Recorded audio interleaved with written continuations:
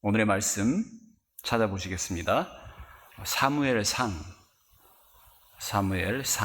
7장입니다. 사무엘상 7장 13절.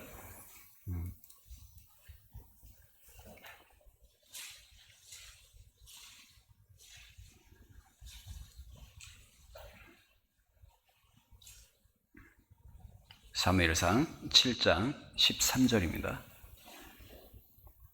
다 찾으셨죠? 자, 함께 읽겠습니다. 블레셋 사람들이 이스라엘을 사무엘상 7장 13절 아닌가요? 맞죠? 다시 한번 보겠습니다. 이에 블레셋 사람들이 굴복하여 다시는 이스라엘 지역 안에 들어오지 못하였으며 여호와의 손이 사무엘이 사는 날 동안에 블레셋 사람을 막으시매. 오늘은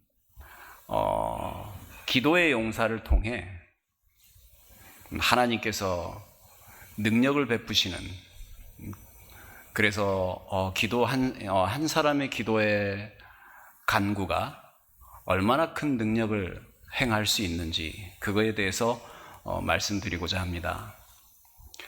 지금 가장 날씨들을 보면 가장 지금 기도를 많이 해야 할 지역이 우리나라에 있습니다. 우리 또한 그들을 위해서 지금 기도를 해줘야 하는데, 이상기온 때문에 어디는 비가 많이 오고 또 어디는 안 옵니다. 그런데 인간에게 있어서 가장 중요한 건 물이지 않습니까? 그런데 홍수는 어떻게든 또 버티면 되지만 물은 나오는데 물이 없으면 사람이 죽지 않습니까? 그런데 지금 강릉은 물이 없어서 참 난리라고 합니다. 정말 식수가 거의 이제 줄어들고 있고, 정말 우리가 상상하지 못했던 그 하늘의 재앙들이 이제 서서히 이렇게 전 우주를 덮고 우리나라 또한 그 영향에서 벗어나지 못하고 있는 그런 현실을 보면서, 정말 이렇게 세상은 정말 하나님이 말씀하신 대로 그렇게 가고 있는데, 예수 그리스도께서 오실 그 시간이 점점 다가가고 있는데, 무화과의 나무의 잎사귀는 점점 푸르러 가고 있고 조만간 열매가 맺힐 텐데, 왜 사람들은 여전히 아무런 생각 없이 오늘 하루가 어제처럼, 그리고 또 내일도 올 것처럼 그렇게 사는지 모르겠습니다. 정말 이럴 때, 이러한 세상이 점점 정말 위기가 오고 어느 순간에 심판의 때가 다가오는 이런 순간에도 가장 중요한 사람은 바로 의인의 기도를 할 수 있는, 즉 의인의 간구로 능력을 나타낼 수 있는 사람이어야 할 것입니다. 왜냐하면 우리가 하나님을 아무리 예배를 해봤자 우리가 하는 기도가 세상 속에서 하나님의 능력을 나타내지 못한다면 세상 사람들뿐만 아니라 교회를 다니는 사람들조차 진정 현실감을 느끼지 못할 것이기 때문입니다. 정말 우리가 예배를 하고 있는 이것이 현실인가? 아니면 세상 사람들처럼 그렇게 열심히 살고 죽을 때까지 열심히 살고, 일단 죽는 건 모르지만 내 눈앞에 있는 것은 중요한 거니까 난 열심히 산다, 나를 믿고 나는 최선을 다해 사는 거, 이게 바로 인생 아니냐라고 사람들은 그렇게 생각하지 않습니까? 그런 사람들 앞에서 하나님께 기도하고 그 기도가 이루어지고 놀라운 기적들이 일어난다면 정말 거기에 하나님이 계신다, 여호와 삼마 하면서 1907년에 평양 그 대부흥 운동에서 고백했던 사람들의 그 탄성이 분명히 이 시대에도 나타날 것입니다.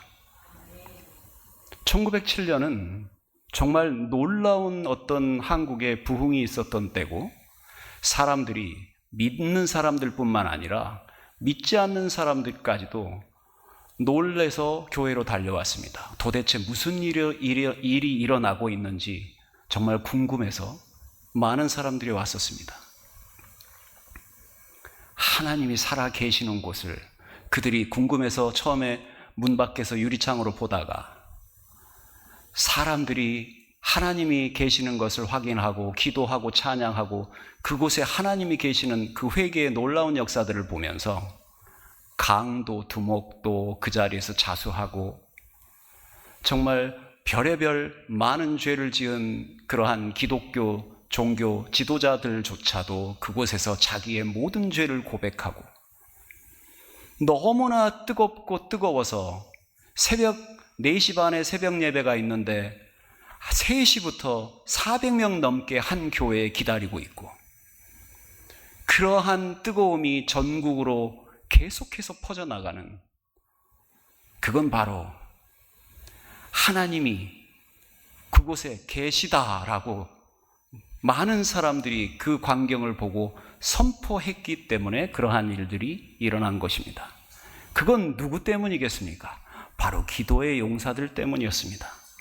그 부흥도 기도를 처음에 시작하다가 선교사들이 어느 정도 시간이 지났는데 아무런 응답이 오지 않으니까 그만하자, 그냥 각자 하자 우리.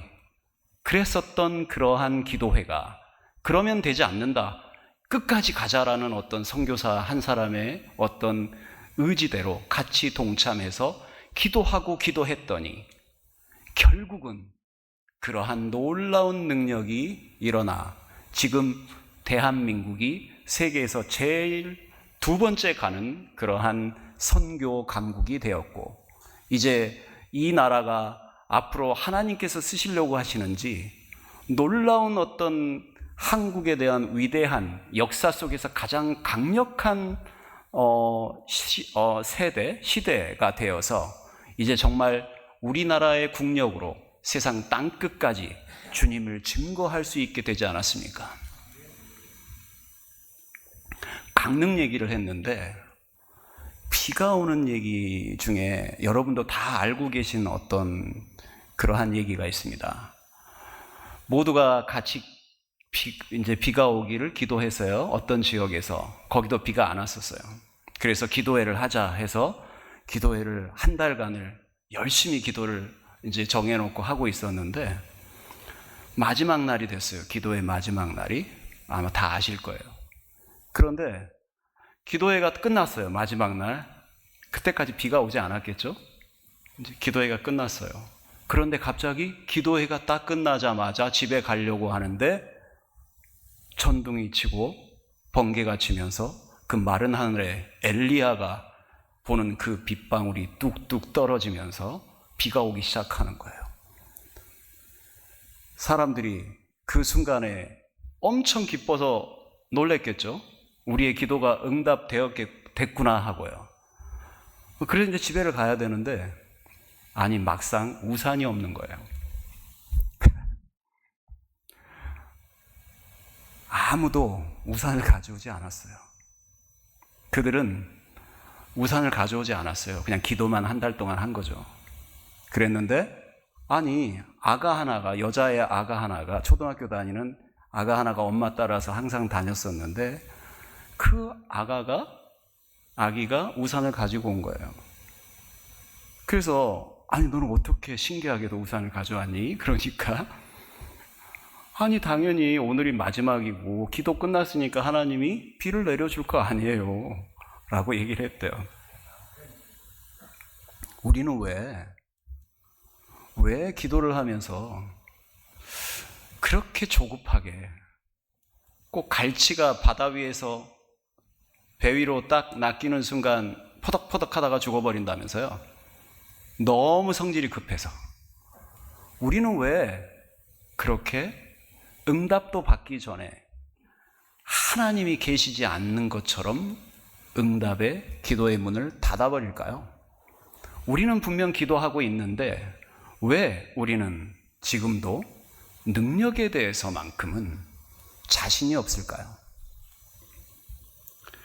오늘 저희가 보고 있는 이 사무엘 상을 보면 사무엘이 이스라엘이 언약궤를 뺏겼지 않습니까? 그래서 이제 다시 회복을 해서 가져왔어요. 그런데 언약궤는 가져왔어요. 즉 기도는 하고 있는 거하고 마찬가지죠. 그런데 사람들이 돌아오질 않아요. 회심하지 않는 거죠. 다시 말하면 온전하게 하나님께 돌아오지 않고 있었어요. 그랬더니 여전히 언약궤를 뺏었던 그 블레셋, 여전히 강하고 무서운 나라인데 그 나라가 여전히 이스라엘을 괴롭히고 있죠. 그래서 사무엘은 언약궤가 돌아왔음에도 불구하고 그것이 아무런 능력이 없다라는 것, 다시 말하면 우리가 기도를 하면서도 아무런 능력을 못 받는 것처럼 비록 언약궤는 다시 돌아왔지만 이스라엘은 어떤 하나님의 능력도 없다라는 사실, 그 사실 속에서 사무엘은 진정 하나님의 능력은 언약궤가 아니라 바로 믿음이다, 그걸 알려주고 싶었던 거예요. 그래서 믿음의 기도의 능력을 알려주고 싶었던 거죠. 그래서 미스바에 이스라엘의 모든 백성을 모아놓고 너희는 이제부터 아스타롯, 다시 말하면 우상을 섬기는 것을 모두 버리고 온전히 회개하고 주님 앞에 모여라. 다 회개하고 모여라. 내가 기도할 테니 그 기도를 통해 하나님의 놀라우신 역사를 우리가 보게 될 것이다 라고 얘기를 하면서 미스바에 그들이 모여 있었습니다. 사무엘상 7장 8절 조금만 올라가시면 있죠. 거기에 보면은 그 이스라엘 자손들은 여전히 블레셋 자손을 두려워하면서 이렇게 얘기를 하고 있어요. 사무엘에게 당신은 우리를 위하여 우리 하나님 여호와께 쉬지 말고 부르짖어서 우리를 블레셋 사람의 손에서 구원하시기에 하소서, 이렇게 얘기를 하고 있어요. 사무엘이라는 사람이 능력 있는 사람인 걸 알고 있었던 거죠. 그 모든 백성 중에 유일하게 이스라엘을 영적으로 하나님을 만나는 그 사무엘의 능력은 알고 있었던 거예요. 그래서 자기들이 기도해가지고는 안 될 것 같으니까 단 한 사람 사무엘에게 그 모든 이스라엘의 백성들이 제발 우리를 위해 하나님께 기도해 주십시오라고 간구하고 있어요. 참 아이러니하지 않습니까? 2명 이상만 모여서 기도를 해도, 누구든지 기도를 해도 하나님께서는 응답하시고 태산을 바다에 던지라고 하면 던질 수 있는 믿음을 모두에게 주셨음에도 불구하고 이들은 단 한 사람 의인에게 모든 걸 맡길 수밖에 없었던 것이죠.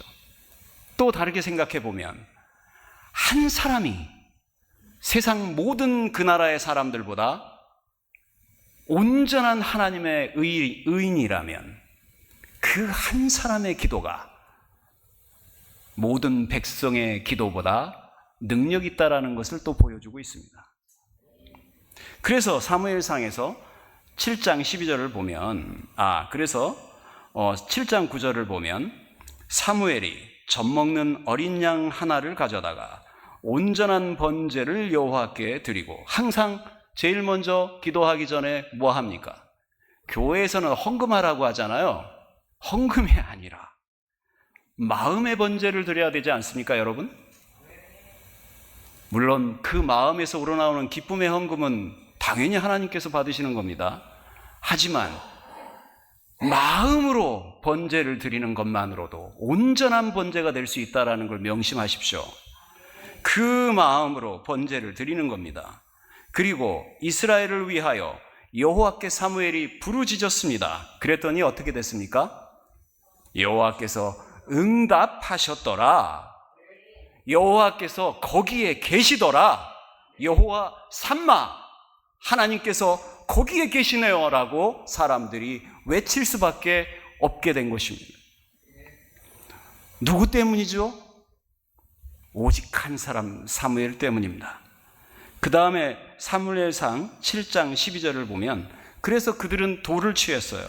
그리고 미스바, 센 사이에 이렇게 세워놓고 여호와께서 여기까지 우리를 도우셨다. 그 이름을 에베네셀이라 하니라 라고 했어요. 그 돌이 바로 에베네셀이라는 돌 이름이 도움의 돌이라는 뜻이에요. 하나님께서 도우셨다라는 그걸 이제 기념하기 위해 세운 것이죠. 그리고 나서 정말 중요한 대목이 있어요. 사무엘상 7장 13절, 오늘 우리가 보아야 할 가장 중요한 대목입니다.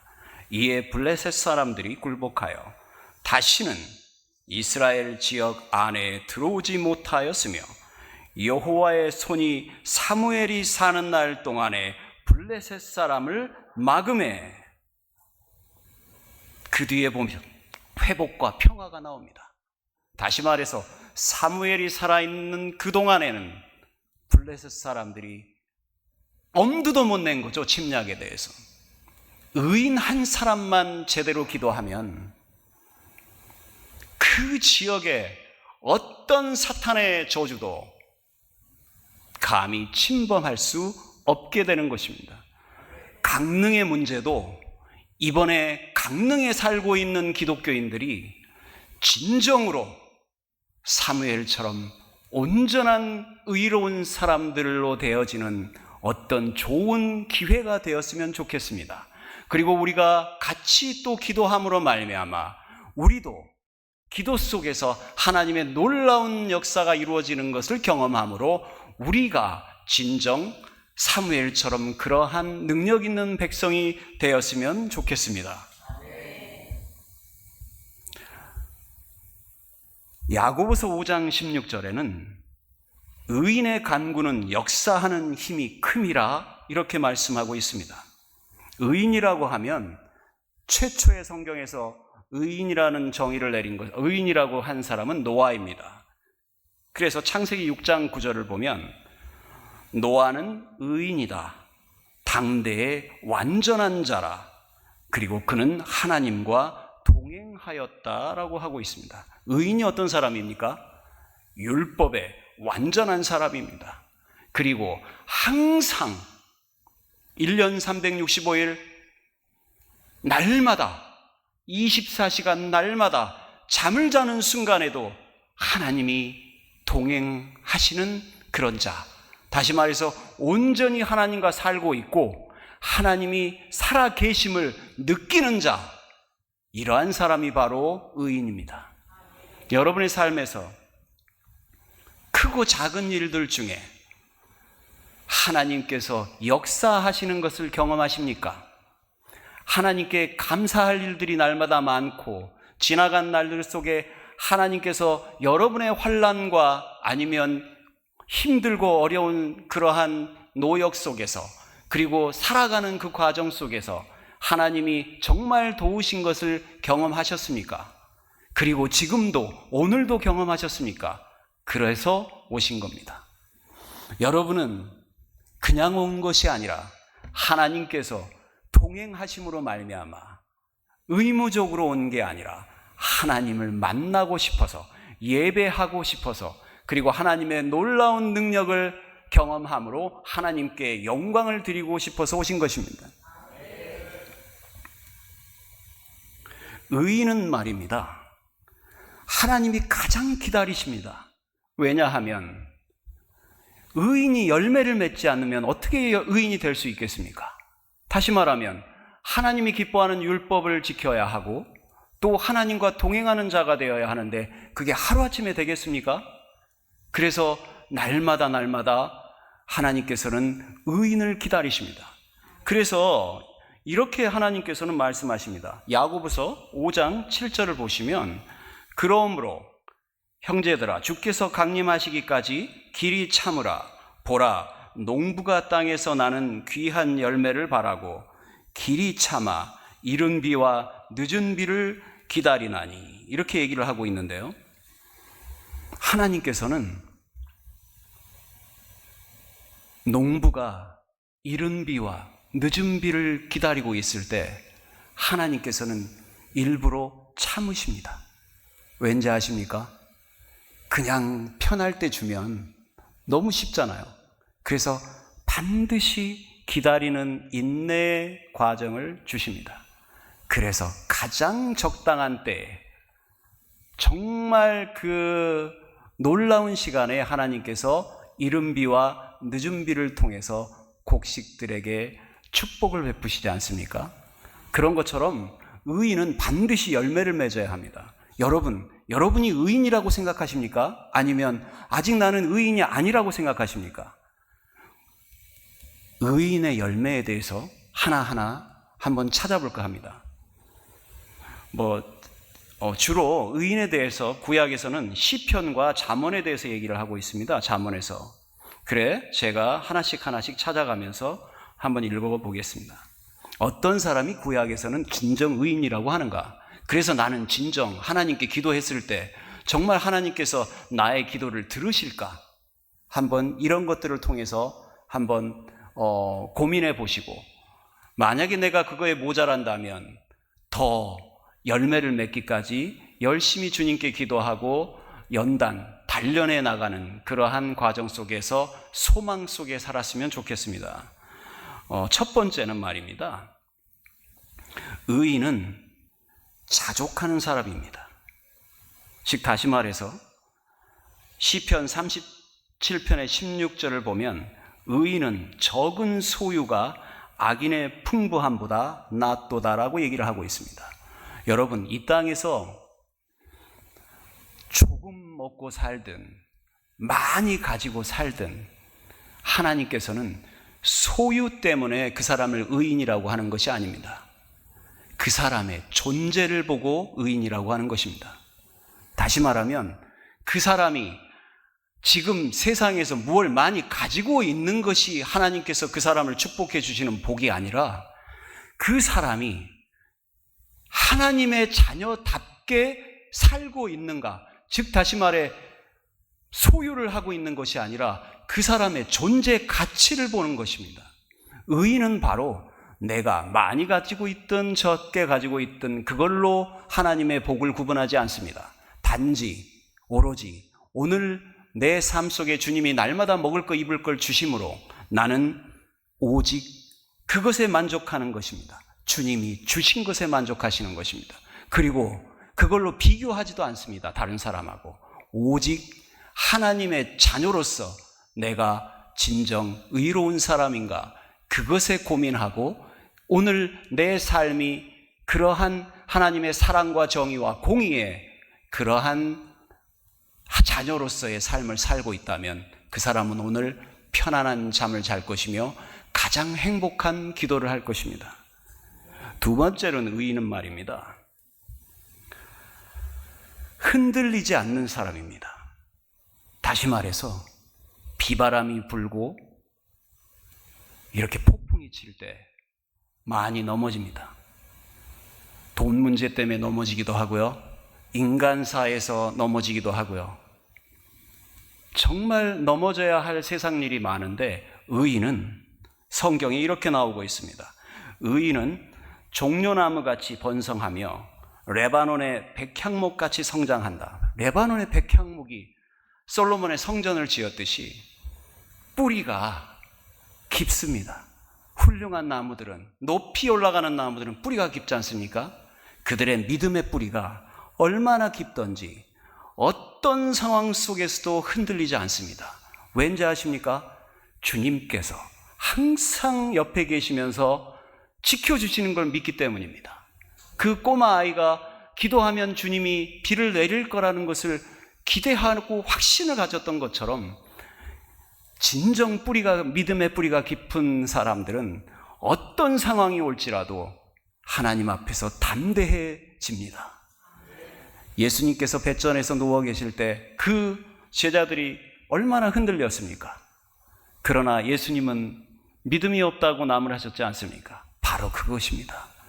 이 교회에도 믿음의 뿌리를 가지고 내리고 그래서 예배 참석하고 주변 사람들에게서 흔들리지 않는 모습을 보이는 분들이 계시기에, 특히 장로님들이 우리 교회에 그런 분들이 모두 다 장로님들이 그런 분들이시기에 교회가 이렇게 흔들리지 않고 가고 있는 것입니다. 이 교회도 분명히 흔들리고 많이 무엇인가 떨어져 나가고 낙엽이 떨어지고 열매가 떨어지는 그런 상황을 겪었을지도 모릅니다. 그러나 그 속에서 이 교회를 살린 건 누구신지 아십니까? 바로 흔들리지 않고 교회를 지킨 그러한 사람들입니다. 그들은 교회를 버릴 수가 없었기 때문이겠죠. 왜요? 교회 하나가 주의 그리스도의 몸 아닙니까? 여러분은 앞으로도 어떤 상황에서도 그 믿음의 뿌리를 지켜나가십시오. 특히 여기에 보면은 의인의 기도는 역사하는 힘이 크다고 했는데, 그곳에 보면은 또 이런 말이 나옵니다. 교회에서 아프거나 고통이 있을 때 장로들을 불러서 기도를 받으라라는 말이 나옵니다. 그들의 기도를 통해 치료를 받고 힘을 얻으라는 말이 나옵니다. 왜 그럴까요? 모두가 다 그렇게 시간을 통해 뿌리가 자라고 자라서 흔들리지 않으므로 결국 그 의인의 자리에 올라갔기 때문입니다. 세상의 장로들 중에는 참 돈 장로도 많습니다. 그리고 교만한 장로도 많고 정말 교인 같지 않은 사람들도 많습니다. 일반 성도보다 못한 사람도 많습니다. 그러나 저는 자신 있게 얘기합니다. 우리 교회 참 좋습니다. 우리 교회 장로님들 정말 기도에 능력 있는 분들이십니다. 뿌리가 튼튼합니다. 그리고 그뿐만 아니라 함께 하시는 권사님들, 집사님들도 마찬가지십니다. 같은 연배에서 모두가 다 그렇게 하나님 앞에서 뿌리를 흔들리지 않고 지탱하는 것, 이것이 바로 의인입니다. 또 의인은 진실 앞에서, 정의 앞에서 절대 굴복하지 않습니다. 잠언 8장 8절에 보면 내 입의 말은, 즉 지혜를 말합니다.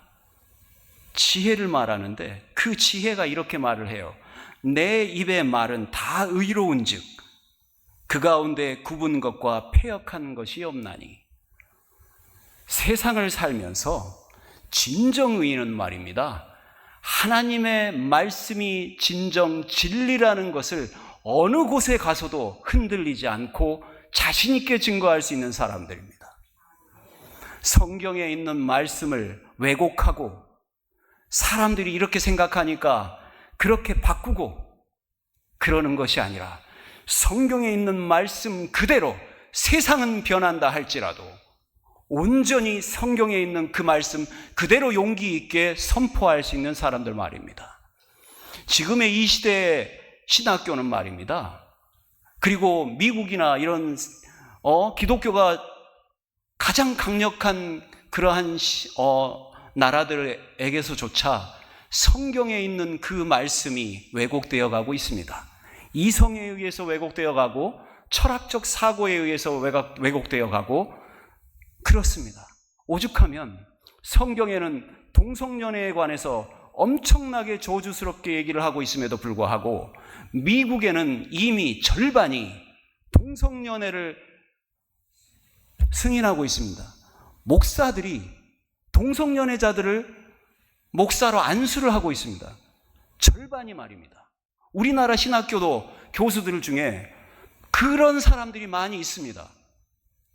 성경은 그저 우리가 교훈적이고 깨닫는 것일 뿐 아무것도 아니라고 생각합니다. 그렇습니까? 성경은 그렇지 않습니다. 하나님의 말씀입니다. 어떤 것도 그 진리가 세상이 변해간다 할지라도 결코 왜곡될 수 없으며 이 진실을 우리가 어떤 사람들 앞에서조차도 거짓으로 말할 수 없는 것입니다. 이런 사람이 바로 의인인 것입니다. 그리고 참 많은 의인들이 있습니다만 시간이 너무 많이 걸리는 걸 전 별로 좋아하지 않습니다. 왜냐하면 제가 성도로 많이 있어 봐서 아무리 좋은 말도 오래 하면 지겹습니다. 그래서 저는 설교를 빨리 끝내고 싶은 사람 중에 하나입니다. 존 낙스라는 의인이 한 명 있었습니다. 종교 개혁자였고요. 그 사람이 있었을 때 그 영국의 메리 여왕이라는 그 영국의 메리 여왕이 있었는데 그 메리 여왕은 기독교, 즉 종교개혁을 하는 그 기독교를 박해하고 사람을 많이 죽였습니다. 그리고 천주교를 옹호했습니다. 교황을 옹호한 사람이었습니다. 그런 아주 위기 상황 속에서 이 종교개혁자 존 녹스는 여왕 앞에 담대히 나아가서 이렇게 선포했습니다. 로마 교회는 창녀다. 교리든 관습이든 온갖 영적인 간음으로 더럽혀져 있다. 만약 회개치 않으면 교황도 왕도 심판을 면치 못할 것이다. 이렇게 선포했습니다. 로마 교황은 당시에 면죄부를 통해서 돈을 쌓아 놓기 시작했지 않습니까? 그 부패가 얼마나 컸는지는 아마 여러분도 다 알 것입니다. 헌금통에 짱그랑 금액의 소리가 나면 연옥에 있는 조상들이 하늘로 천국으로 올라가는 소리가 들린다라는 그런 말이 있을 만큼 당시의 교회는 너무나 부패해서 돈으로 우상 숭배하고 하나님을 증거하는 것이 아니라 교황조차도 돈의 숭배자로 살았던 것입니다. 그래서 그 존 녹스라는 개혁자는 그 메리 여왕 앞에 가서 이러한 의인들, 하나님 말씀을 올바로 믿고 믿음으로 의인된다라는 그 말씀으로 살아가는 기독교인들을 박해하는 그 메리 앞에 가서 목숨을 걸고 나간 것이죠. 그래서 존 녹스는 그 선포를 하고 나서 감옥에 들어갔습니다. 그런데 말입니다. 바로 그 뒤에 존 녹스가 감옥에서 열심히 기도하고 있을 때 메리 여왕은 죽을 병에 걸린 것입니다. 정말 의인 한 사람이 가장 중요한 시대에 정말 어떻게 보면 종교개혁에서 가장 중요한 사람에게서 그 사람을 통해 메리 여왕이 만약에 계속해서 박해를 했더라면 엄청난 순교자들이 많이 생겼을 것이고 그 기독교가 어떻게 되지도 못했을 것인데 존 녹스 한 사람의 기도를 통해서 그 용감함 통해서 메리가 중병에 걸려 포기하고 말았습니다. 이 메리 여왕이 결국은 이렇게 얘기를 하고 말았습니다. 영국의 100만 군사보다 존 녹스의 기도가 더 무섭다라고 떨면서 죽어갔습니다. 여러분, 우리의 삶 속에서 말입니다. 우리도 존 녹스처럼 하나님이 예수 그리스도께서 이미 십자가를 통해서 하늘의 성전의 문을 열어주셨는데 아니 그 성전에서 이제 생명수가 세상으로 나와 넘치고 있는데 우리가 그 생명수를 세상에 전하기만 하면 되는데 기도를 통해서 우리가 만약에 전하지 않는다면 누가 전하겠습니까? 이제 진정 우리가 사무엘처럼 그리고 존 녹스처럼 그렇게 한 사람의 의인으로서 진정 날마다 주님 바라보며 놓지 않는 기도를 통해 놀라운 역사가 이 교회에 일어나고 이 나라에 일어나서 땅끝까지 주님을 증거하는 그러한 놀라운 기적의 역사를 우리가 경험하면 어떻겠습니까? 같이 기도하시겠습니다. 주님, 우리는 의인이 될 수가 없었습니다. 결코 온전할 수가 없었습니다. 그러나 주님 십자가를 지시고 예수께서 오셔서 우리의 모든 죄를 씻으시고 우리를 의인으로 만들어 주셨습니다. 이제 하나님의 성전에서 나오는 그 생명수가 세상에 온전히 넘칠 때 우리가 이곳에서 의인의 기도를 통하여 세상 땅끝까지 주님의 그 십자가의 사랑을, 그리고 하나님이 살아계시는 권능을 증거케 하여 주시옵소서. 거룩하신 우리 주 예수님 이름으로 기도합니다. 아멘.